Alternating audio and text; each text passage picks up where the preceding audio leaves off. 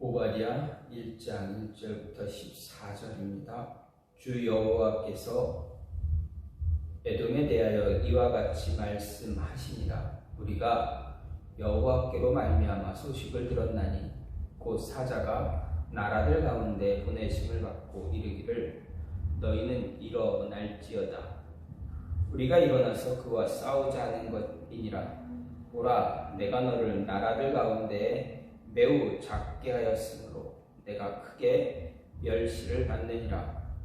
너의 마음의 교만이 너를 속였도다. 바위틈에 거주하며 높은 곳에 사는 자여, 내가 마음에 이르기를 누가 능히 나를 땅에 끌어내리겠느냐 하니 내가 독수리처럼 높이 오르며 별 사이에 깃들일지라도 내가 거기서 너를 끌어내리라. 여호와의 말씀이니라. 혹시 도둑이 내게 이르렀으며 강도가 밤중에 내게 이르렀을지라도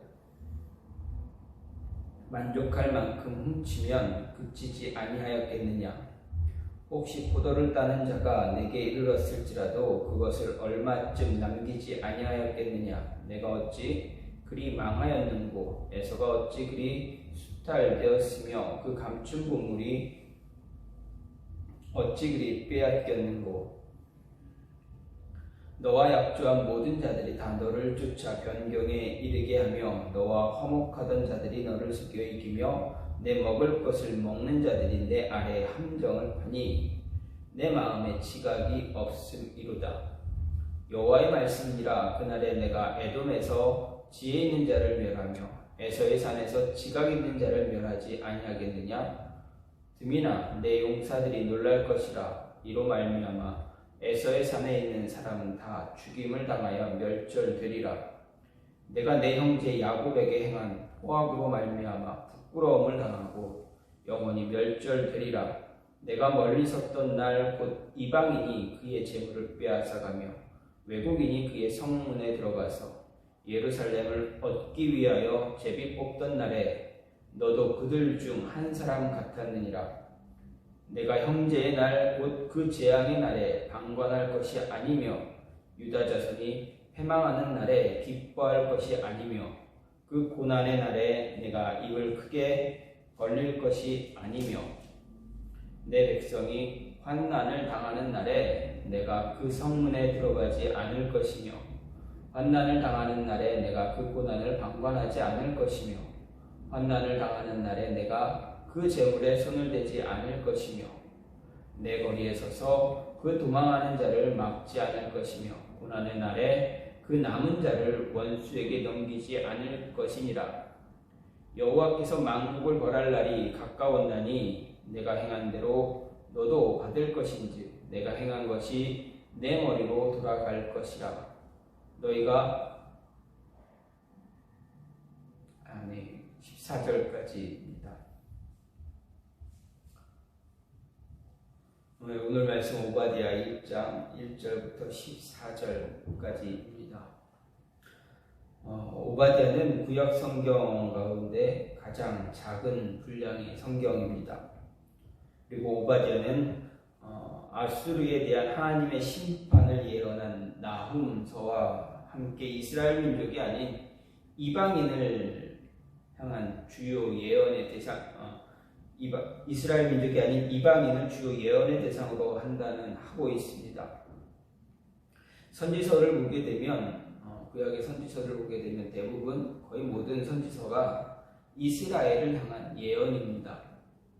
그런데 나훔서와 오바댜는 이제 이방인을 대상으로 한 예언의 모습입니다. 이런 오바댜는 바벨론의 남유다 정복과 약탈에 동참했던 에돔의 이방 나라의 멸망, 그리고 하나님의 징계로 멸망했던 이스라엘이 회복될 것이다 라는 것을 예언하는 그런 내용이 기록되어 있습니다. 앞에서 오늘 1절부터 14절은 에돔에 대한 심판이고 또 그 이후에는 이제 이스라엘을 향한 회복에 관한 이야기입니다.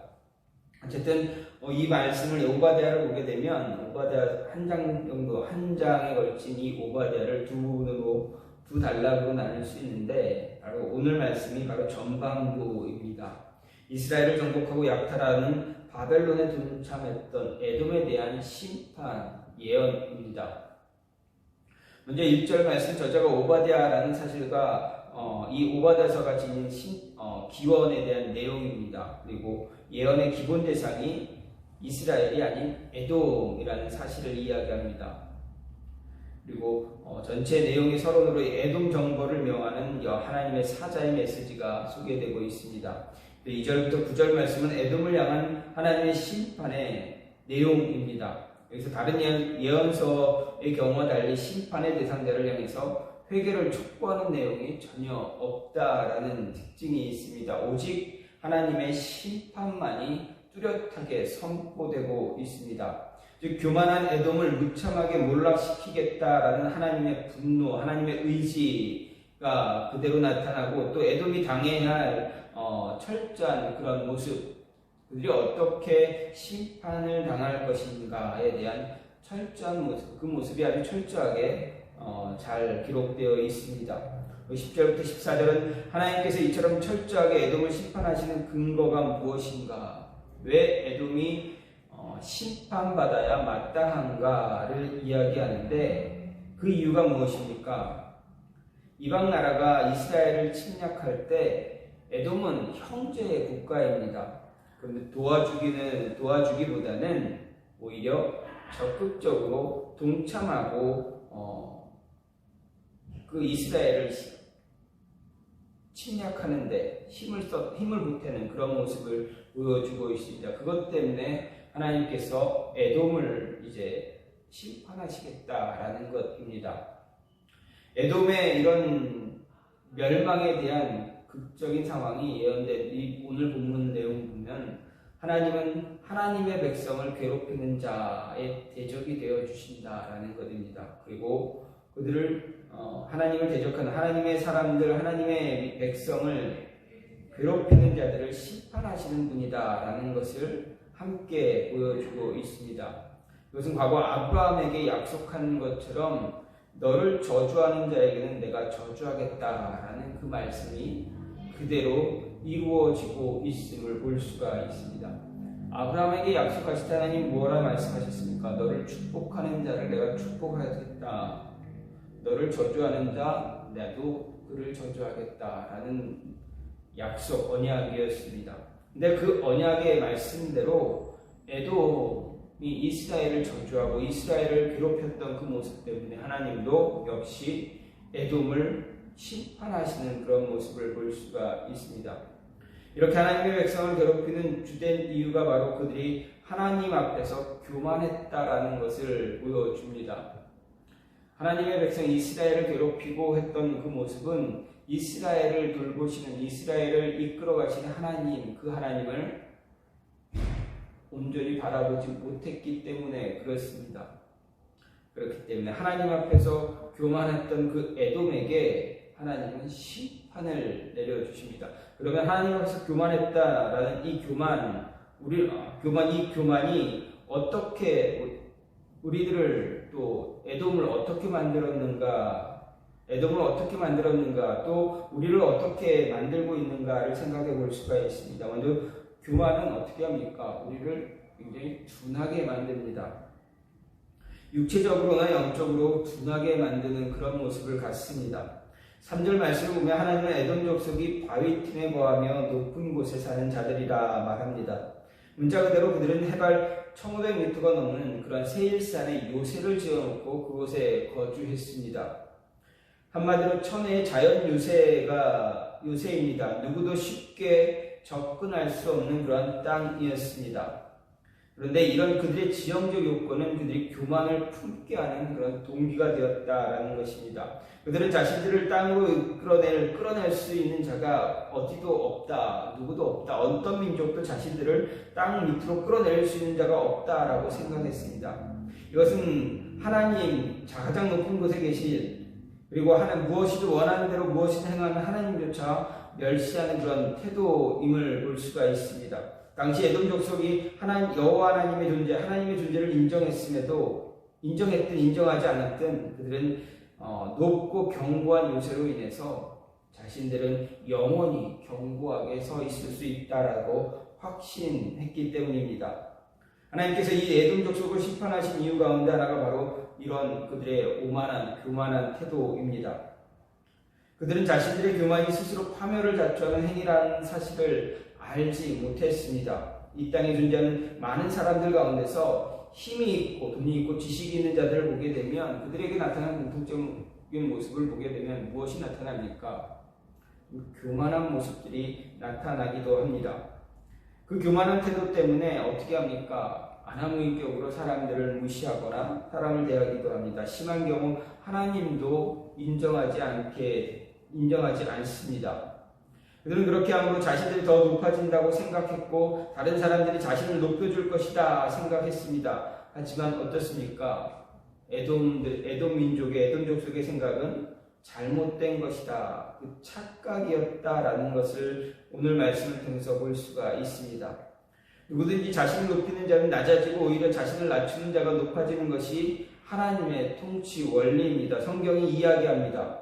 또 하나님은 자신의 말씀을 통해서 성경을 통해서 분명하게 교만은 패망의 선봉이다 이야기합니다. 거만한 마음은 넘어짐의 앞잡이라고 이렇게 강조하고 있습니다. 이와 관련해서 이사야 선지자가 이야기하기를 교만이 얼마나 비참한 결과를 초래하는지 이야기하는데 그것을 바벨론 왕을 직접적으로 염두에 두면서 이야기합니다. 바벨론 왕을 직접적으로 염두에 두고 이를 사단과 관련지어서 다음과 같이 예언한 적이 있습니다. 바벨론 왕은 자신은 아침의 아들 계명성이다 이렇게 칭하면서 교만한 태도로 스스로 하늘에 올라 하나님의 묵별 위에 자신의 보좌를 높이겠다 다짐했습니다. 가장 높은 구름에 올라 지극히 높은 자와 경쟁하고자 했습니다. 하지만 어떻습니까? 하나님께서는 그런 교만을 고집한 왕을 가만히 두지 않으셨고 그를 높은 곳에서 끌어내리셨습니다. 그리고 음부곳 구덩이의 맨 밑에 던져 넣으셨습니다. 아울러 다니엘서에서도 이 교만이 얼마나 위험한 것인지 어리석은 것인지를 잘 보여줍니다. 스스로 비천하게 하는 것을 잘 보여줍니다. 바벨론 제국의 최전성기를 이끌었던 느부갓네살의 모습을 보면서 우리는 알 수가 있습니다. 바벨론 왕 느부갓네살이 바벨론 도성의 장엄 안에 도취되어서 어떻게 합니까? 그 모든 것이 자신이 이루었다라는 생각에 사로잡혔습니다. 즉 교만한 마음을 그가 가졌다라는 것입니다. 그런데 생각해 보십시오. 바벨론은 어떤 나라입니까? 굉장히 작은 나라입니다. 바벨론 이전에 강대국이었던 아수르를 보게 되면 아수르와 바벨론을 비교해 보면 바벨론은 아수르의 어떻게 보면 상대가 되지 않는 대적이 될 수 없는 그러한 아주 조그만 나라였습니다. 그럼에도 바벨론이 아수르를 무너뜨릴 수 있었던 것은 하나님께서 바벨론을 사용하셨다라는 것입니다. 하나님이 사용하신 그 모습 때문에 바벨론이 그 당시 최대 국가인 아수르를 무너뜨릴 수 있었는데 어떻게 합니까? 그것이 자신이 이룬 것임을 이루었다라고 착각했던 그 왕의 교만 때문에 그 왕은 어떻게 됩니까? 그 순간 자신은 왕궁에서 쫓겨나는 신하들에 의해서 쫓겨나는 들에서 들짐승처럼 비참하게 살아야만 했던 그런 모습을 경험하게 됩니다. 세상 누구와도 비할 바 없는 존엄한 자라고 일컬음 받으며 스스로 그렇게 여겼던 이 느부갓네살 왕이 하루아침에 미치광이처럼 되어버렸습니다. 그런 비참한 신세가 되어버렸습니다. 왜 그렇습니까? 바로 교만 때문입니다. 교만은 우리의 마음뿐만 아니라 우리의 육체, 우리의 모든 것들을 다 무뎌지게 만듭니다. 둔하게 만듭니다. 이런 성경의 가르침을 마음에 새기고 교만이 얼마나 어리석고 위험한 것인지 우리는 늘 헤아릴 수 있어야 합니다. 하나님 앞에서 교만한 태도를 고집하는 것은 스스로를 패망과 굴욕의 구덩이 가장 밑바닥으로 내던지는 그런 어리석은 모습입니다. 누구나 존귀한 삶, 인정받고 높임을 받는 삶을 살고 싶어하는 것이 바로 우리들의 모습입니다. 사람들 중에 자기 스스로를 높이기도 하고 권위 있다 여겨진 사람의 밑에 들어가 그 배경을 의지하는 모습도 가지려고 합니다. 또 어떤 사람들은 다른 이들을 짓밟고 타인들 뒷거성으로 인해서 스스로를 높일 수 있다 생각하기도 합니다. 하지만 성경은 결코 그런 모습으로 스스로를 높일 수 있다 말하지 않습니다. 성경이 말하는 모습은 무엇입니까? 물은 높이는 일이 동쪽에서나 서쪽에서 말미암지 아니하며 남쪽에서도 말미암지 아니하고 오직 재판장이신 하나님이 이를 낮추시고 저를 높이신다라고 성경은 분명히 이야기합니다. 즉 우리의 모든 높아짐과 낮아짐이 다 하나님의 뜻에 의해서다라는 것을 이야기합니다.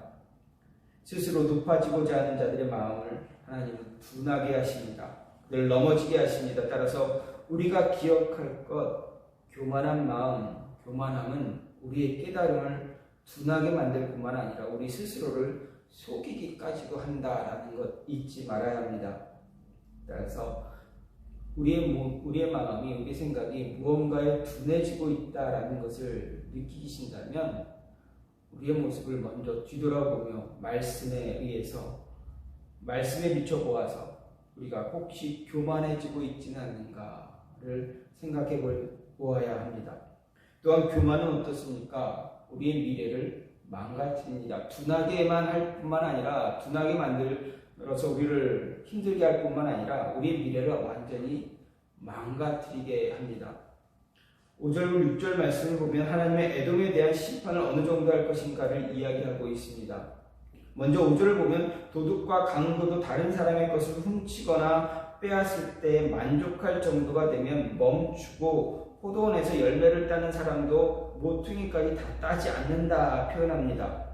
여기서 포도원과 관련된 언급은 이스라엘의 추수와 관련한 율법의 가르침과 관계되는 것입니다. 이스라엘 자손들은 곡식이나 포도를 추수할 때 결실한 모든 열매를 다 거두지 않습니다. 어느 정도 열매는 남겨둡니다. 왜 그렇습니까? 사회적 약자나 나그네들을 위해서, 그들을 돕기 위해서 어느 정도 남겨둡니다. 땅에 떨어진 것 거두지 않습니다. 그런데 이것마저도 그들에게 남겨두지 않았다라는 것은 에돔에게 어떤 자비나 긍휼이 남겨지지 않을 만큼 철저한 심판만이 임할 것이다 라는 것을 이야기합니다. 이 말씀 하나님께서 에돔을 심판하실 때 그 어떤 자비도 긍휼도 찾을 수 없을 만큼 극심한 심판이 될 것이다 분명하고 말하는 것입니다. 이런 하나님의 심판에 대한 역사적 기록을 보게 되면 BC 312년에 아라비아 광야의 나바티아 사람들은 에돔의 세일산을 습격해서 그것을 완전히 점령합니다. 그로 인해서 어떻게 됩니까? 에돔은 완전히 멸망하게 되고 그 사건으로 인해서 역사에서 완전히 사라지고 맙니다.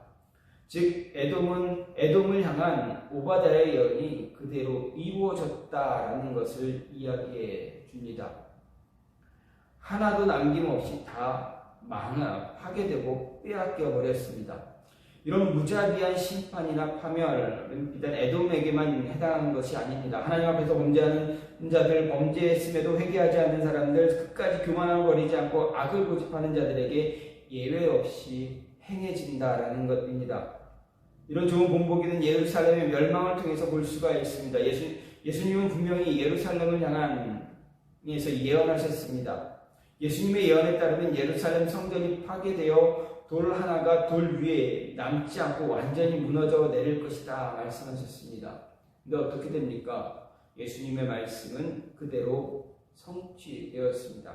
로마 장군 디도에 의해서 그대로 이루어졌습니다.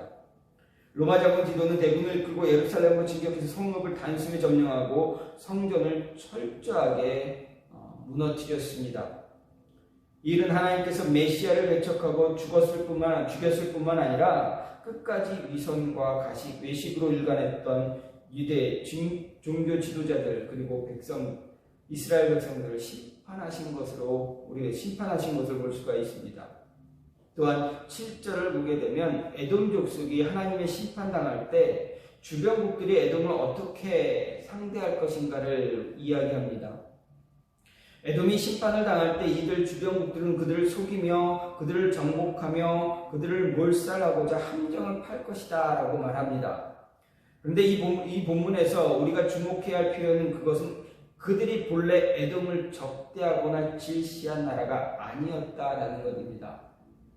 바로 너와 약조한 모든 자였다라는 사실을 알 수가 있습니다.